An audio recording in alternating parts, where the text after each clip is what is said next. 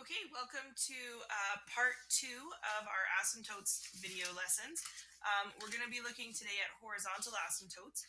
And while we go through some of the examples, we'll also have an opportunity to review some of the vertical asymptotes. Now, as you start to look into this lesson, you're going to find that a lot of it is a repeat of things that we've done in past units. So hopefully most of this will be a review.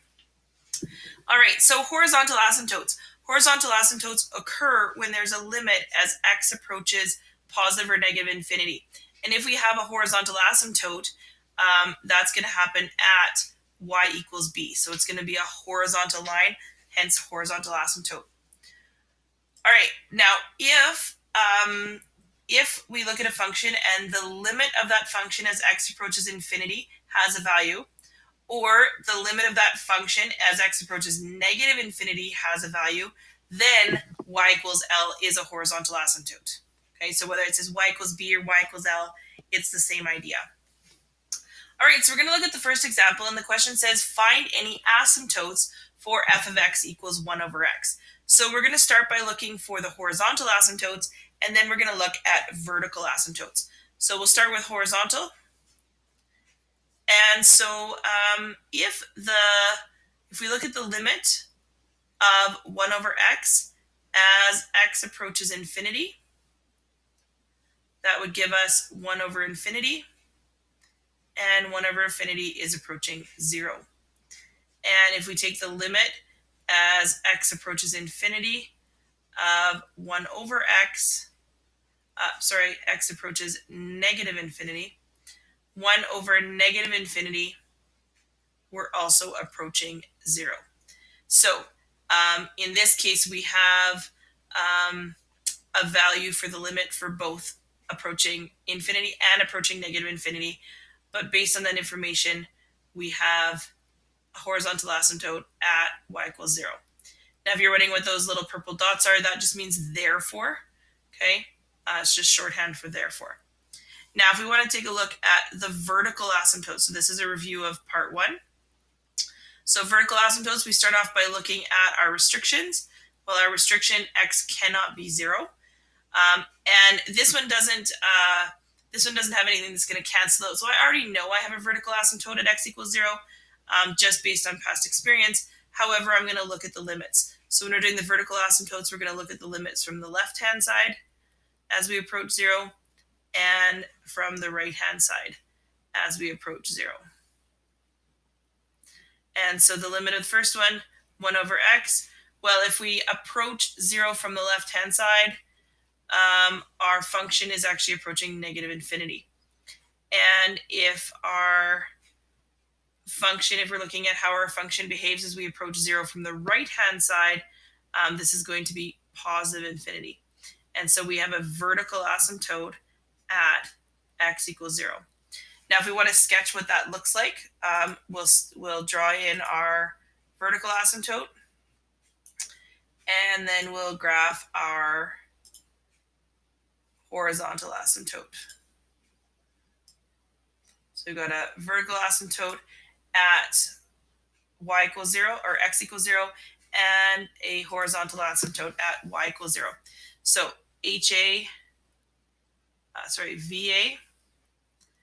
VA at x equals 0, and horizontal asymptote at y equals 0. And then if we were to sketch the behavior of that function, it's scooping down like this, and like this.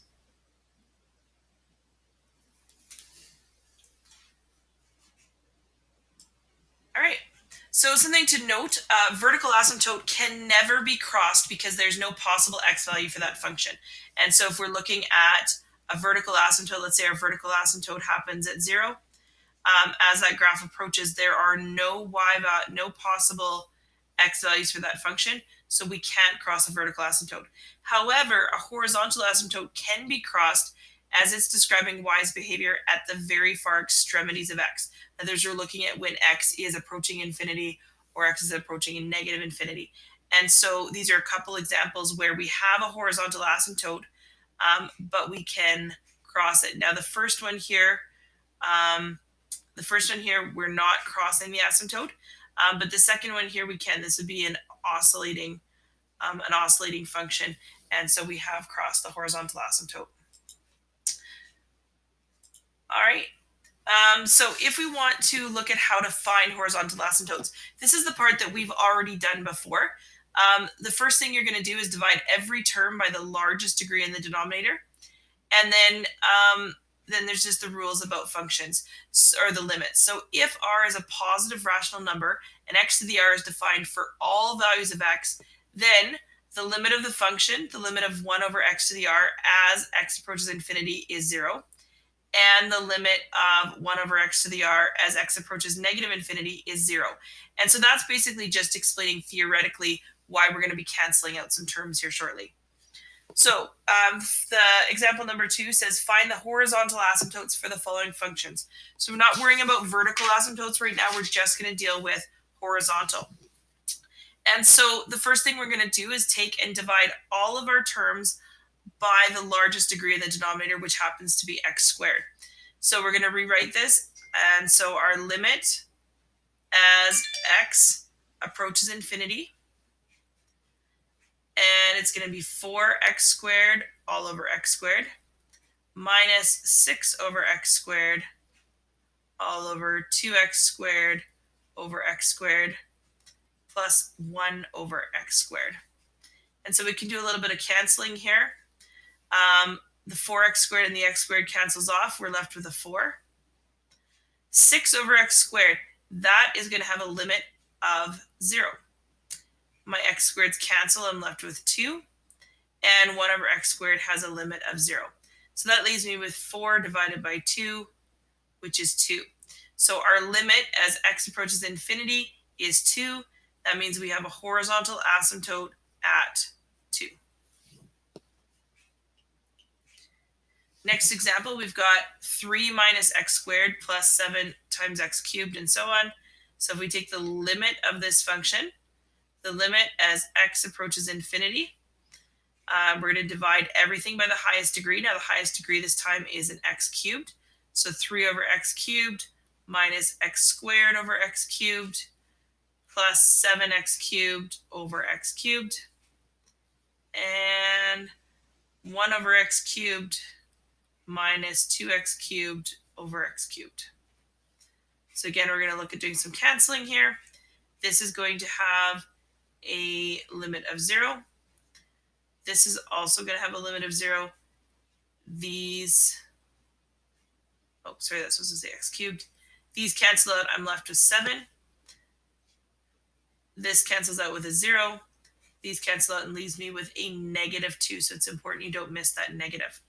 So we're going to have 7 over negative 2, or negative 7 over 2.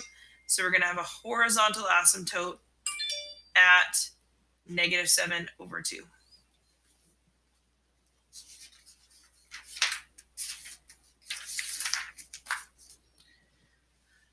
Okay, so let's take a look at some more examples here.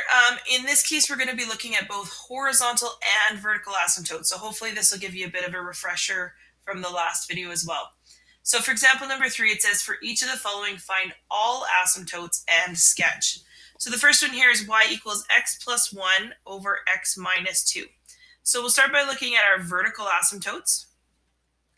And so vertical asymptotes, we start by looking at our restrictions. X cannot be 2. And so we look at how the function behaves as we approach 2 from the left and from the right. So as we approach x from the left, x plus 1 over x minus 2. When I plug in a value that's very, very, very close to 2, but on the left-hand side, that would give me a positive number. And you can use positive symbols if you want. And then on the bottom, we would have a negative number. So a positive divided by a negative is negative infinity. Now, the second one here, we've got the limit as x approaches 2 from the right of x plus 1 over x minus 2. The top would be positive, and this would be a small positive or still positive. Okay, so positive divided by another positive will give me positive infinity. Now, if we want to look at horizontal asymptotes,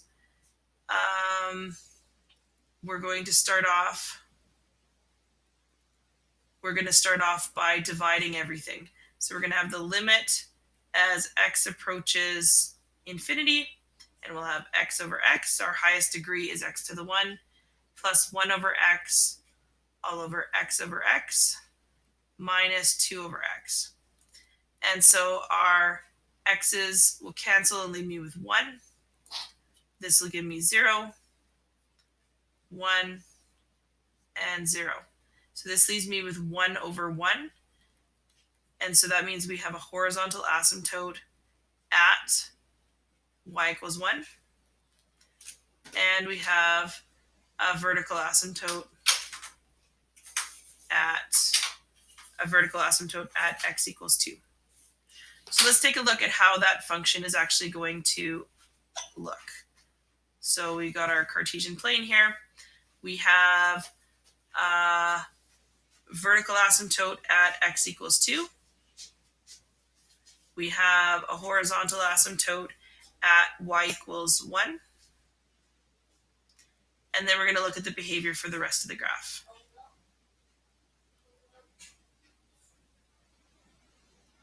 All right, so if we look at the first limit there when we're looking at 2, as we're approaching 2 from the left, the graph, as we're approaching 2 from the left, the function is moving downwards. And as we look at how the function is behaving as we approach 2 from the right, the function is going upwards. If we look at our horizontal asymptote, as x approaches infinity, as x goes towards infinity, we're approaching 0. So that means this section of the graph is going to be approaching infinity. And this section is going to go up this way. Now, it would be helpful to figure out what our x and y intercepts are.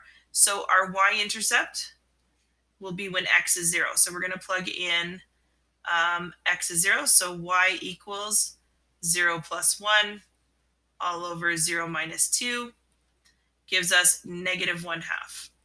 So we have a y-intercept at negative 1/2.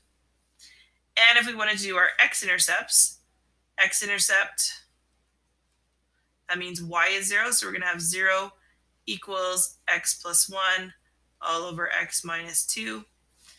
And if we solve there, we multiply by x minus 2, we're going to be left with 0. 0 equals x plus 1. We're going to have an x-intercept at negative 1. So right about here would be negative 1. So now we have a graph going down in this direction, a graph going towards the asymptote in this direction. And so we can just kind of curve this graph by connecting the dots. And there would be our sketch. All right, let's take a look at another example here. We've got y equals x over x squared minus x minus 6. Now, if we can factor, that's a good thing to do. So we can break this down into its factors, x minus 3 and x plus 2. And that'll help tell us our restrictions. So our NPVs here, we have x cannot be 3 and x cannot be negative 2. So again, we'll start with the vertical asymptotes, and then we'll move on to horizontal. So for our vertical asymptotes, we have to now consider 4 different one-sided limits. And so we'll start with the 3 first, and then we'll move on to the negative 2. So for vertical asymptotes, the limit as x approaches 3 from the left for this function, the numerator will be positive. The denominator will have a small negative, or again, I'm just worried about the negative piece, small negative, and then positive. And so if we look at this, positive divided by a negative and a positive, so it's going to be positive over negative, we'll have negative infinity. The limit as x approaches 3 from the right will be positive over a small positive and positive. So all of this is positive over positive, so we're going to have a positive infinity. Now let's take a look at how the function behaves as we approach -2 from the left and from the right. So the limit as x approaches -2 from the left, we'd have negative over negative and negative. So a negative over a positive is negative infinity. And the last of these limits here, we're going to have a limit as x approaches -2 from the right. And so we've got negative over negative and a small positive. Come on, Ellie. Well, a negative divided by a negative becomes positive. And so this tells us that we have a vertical asymptote at x equals 3 and a vertical asymptote at x equals -2. So vertical asymptote at x equals 3 and x equals -2. Once we have our vertical asymptotes, then we need to look for our horizontal asymptotes. And so I'll change colors here. For horizontal asymptotes, this is where we're looking at the limit of the function as x approaches infinity. So horizontal asymptote, limit of our function, and so I'll divide it out right away. X over x, x over x squared over x squared minus x over x squared minus 6 over x squared. And this is as x approaches infinity. And so we end up canceling things out here. X over x squared has a value of 0. X squared over x squared has a value of 1. And then 0 and 0. And so 0 divided by 1 is 0. So our limit is 0.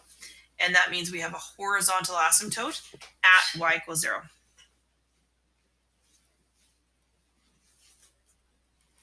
Now, before we sketch our graph, we're going to look for our y-intercepts and our x-intercepts. And so for y-intercept, we're going to plug in x equals 0. So we're going to have 0 over 0 squared minus 0 minus 6. And that gives us 0. Well, if my y-intercept is 0, that means my x-intercept is 0, but I can still double check that. So x-intercept, 0 equals x over x squared minus x minus 6. And so if we multiply all of this times 0, we're going to end up with 0 equals x.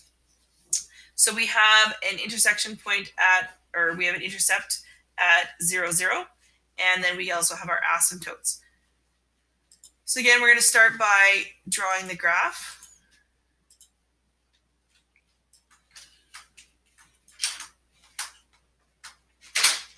We'll sketch our asymptotes. So we have vertical asymptotes at x equals 3. So I'll just track this out here. So we've got 1, 2, 3. I'll go backwards here. And so we have a vertical asymptote at x equals 3 and x equals -2.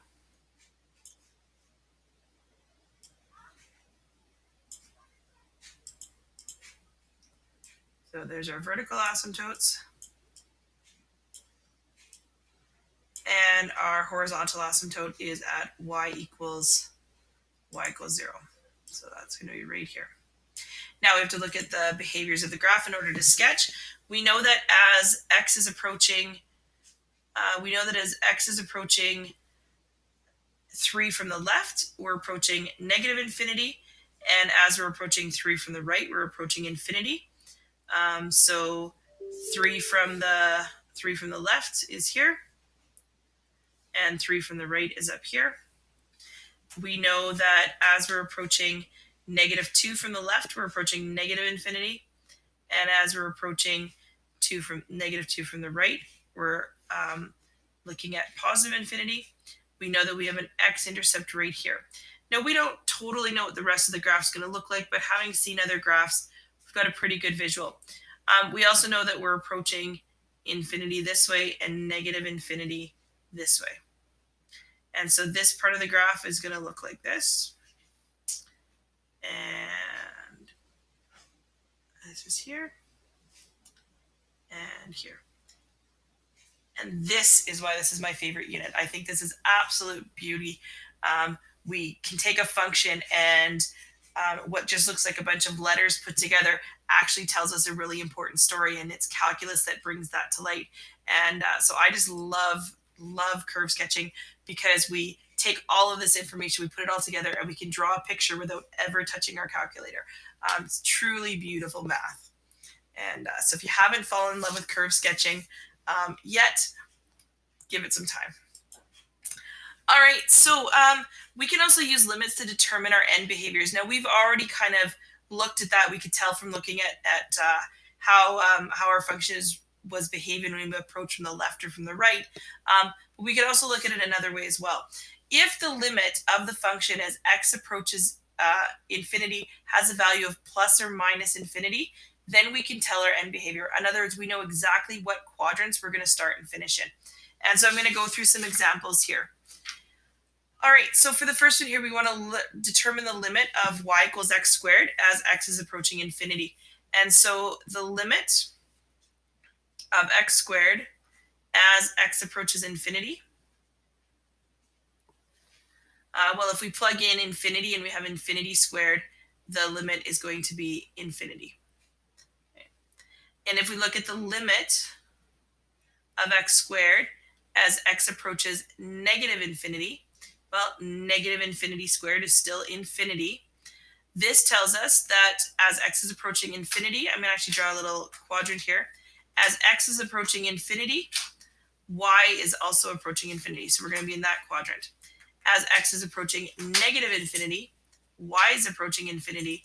And so we're going to be in this quadrant. So if we were to actually list our end behavior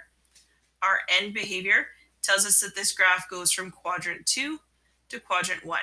Now, I know that most of you know what a y equals x squared graph looks like, but now we have the beauty of calculus showing us what that function is going to look like without actually having to graph it on our calculator or make a table of values. And again, we're not looking at the specific points where the x and y intercepts are. We're just looking at the general curve. What's the general shape of the curve? And calculus is telling us that. For the next one here, we've got y equals x cubed. So if we look at the limit as x approaches infinity of x cubed, well, the limit as x approaches infinity, infinity cubed is just infinity. And then the limit as x approaches negative infinity of x cubed is negative infinity. And so again, I'll use a Cartesian plane here. As x approaches infinity, as x approaches infinity, y is approaching infinity. So as we're approaching here and here, we're landing in this quadrant.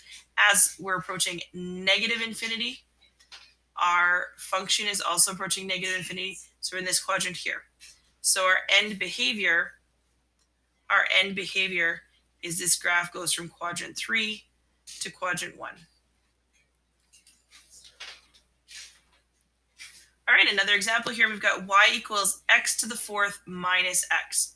So if we take the limit as x approaches infinity of that function, so x to the fourth minus x, if we do our substitutions here, now this one might be easier to actually think about this way.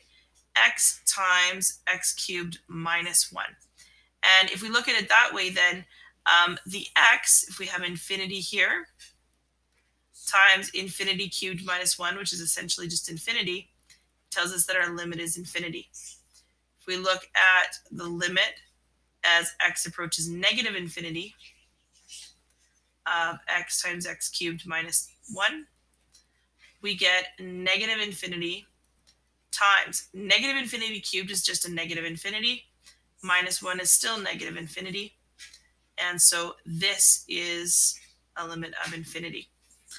And so again, I'm going to sketch out the graph here. As x approaches positive infinity, y approaches infinity. So we're in this quadrant here. As x approaches negative infinity, y is approaching infinity. So we're in this quadrant here. So our end behavior our end behavior is quadrant 2 to quadrant 1.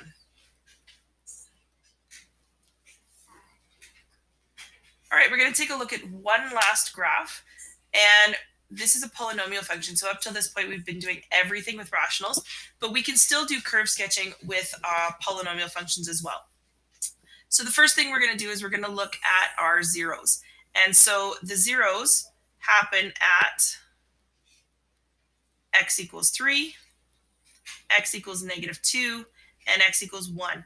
And if you remember from previous topics and previous courses, if we have this x squared here, this means that we have a multiplicity of 2. Essentially, we're going to have 2 equal real roots at that point. So I'll write this out, multiplicity of 2 for this one here. So that just means that we're going to have 2 equal real roots at that point. All right, now our y-intercepts.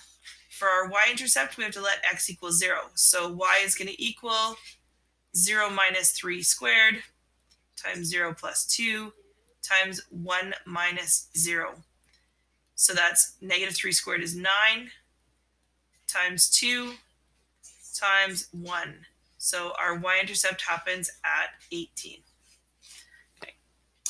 Now what about asymptotes? If we're looking at asymptotes, this is a polynomial function. So we have no restrictions. So there are no vertical asymptotes because there are no NPVs. And horizontal asymptotes, we're not dealing with a rational function, so there are no horizontal asymptotes. And in the next video, you're going to be looking at slant asymptotes, but there are no slant asymptotes here either. Now, if we look at our end behaviors, if we look at the end behaviors here for this function, for end behaviors, we're going to take a look at that function as we approach infinity and as we approach negative infinity. So the limit as x approaches infinity of f of x, I won't write the whole thing out here, we're going to end up with infinity minus 3 squared. So infinity minus 3 squared and infinity plus 2 and 1 minus infinity. So if we look at how that breaks down, infinity minus 3 squared is just going to be a positive infinity. Infinity plus 2 is still infinity. And 1 minus infinity is going to give us negative infinity. And so a positive times a negative leaves us with negative infinity. So as x approaches infinity, y approaches negative infinity. And if we look at how the function behaves as we approach negative infinity, the limit as x approaches negative infinity, we do our substitutions here. Negative infinity minus 3 squared, negative infinity plus 2, and 1 minus negative infinity. So negative infinity minus 3 squared is just a positive infinity. Negative infinity plus 2 is still negative infinity. And 1 minus a negative infinity is 1 plus infinity. That makes that positive. And so positive, positive leaves me with negative infinity. So if I did a quick check there, as x approaches infinity and y approaches negative infinity, as x approaches infinity, y approaches negative infinity, we're going to be in this quadrant. As x approaches negative infinity, y approaches negative infinity, we're in this quadrant. So our end behavior, we're going from quadrant 3 to quadrant 4. So let's take a look at what that graph looks like. We have zeros at 3, -2, and 1. So I'll just do some plotting here. 1, 2, 3, 4. 1, 2, 3. And we know way up here somewhere at 18 we have y-intercept. But we know we're going to cross right here. We know that our 3 is going to have some kind of curve. It's either going to curve up like this or it's going to curve down like this. But there's going to be 2 equal real roots right at that 0. And we also cross at -2. And so we're going to cross here and here, and something's happening here. Now let's look at how the rest of our function is behaving. As x is approaching infinity, we're going down in this direction. As y is approaching infinity, we're going down in this direction. And again, we have this point here. So if we picture that, we're not crossing the graph anywhere else. This part of the graph must be coming down. I'm just going to erase that.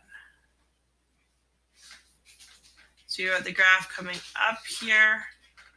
It's going through that point, coming down through this one here. It must come up at some point because we know that this has to curve. And then it comes down.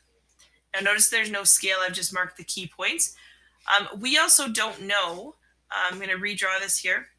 We also don't know where that maximum happens. So it could happen that this maximum happens somewhere up here and then comes down, and it curves somewhere there, curves and comes down.